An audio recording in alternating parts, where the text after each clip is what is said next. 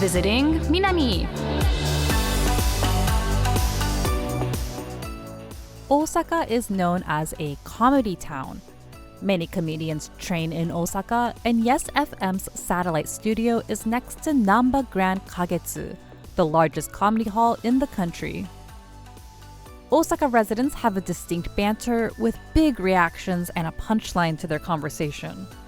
A common request Osaka residents receive when they travel outside of the prefecture is say something funny.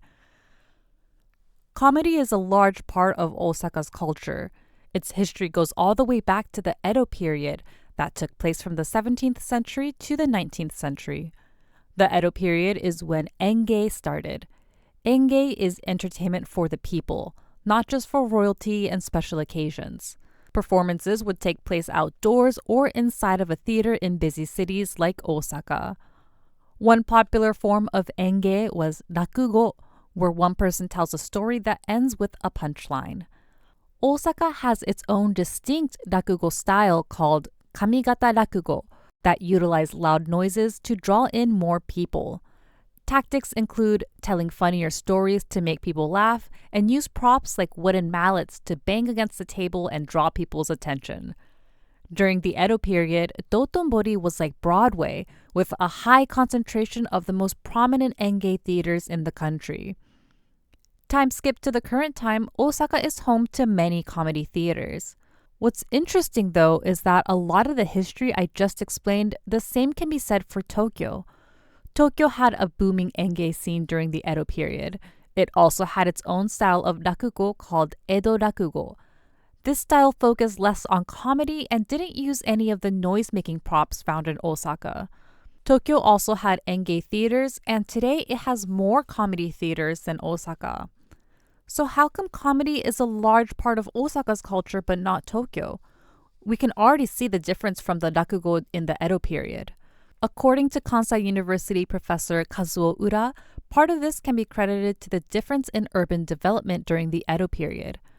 Tokyo, which was called Edo back in the day, was designed with the Edo castle in the middle, and buildings for the upper class spiraled around it with commoners on the outside. This meant its entertainment districts were on the outskirts of town. Osaka was the opposite. The city was built around its rivers and ports, with Osaka Castle tucked away to the side.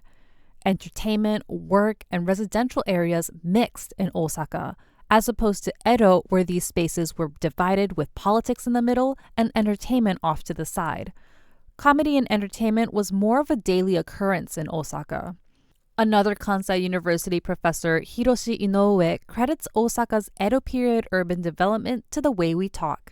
At the center of Osaka was merchants, and it still is to this day.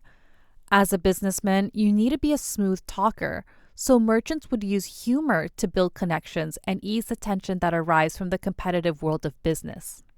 If we look at more recent history, Osaka is the birthplace of Yoshimoto Kogyo, an entertainment company that employs majority of Japan's comedians.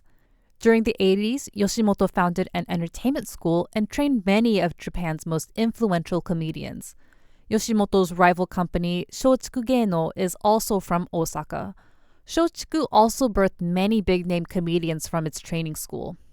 Comedy is everywhere in Osaka, from the way we talk to the kitschy tourist trap merchandises. It's what makes the town lively and unique. You can travel all over Japan, but you won't find anywhere else as fun as Osaka.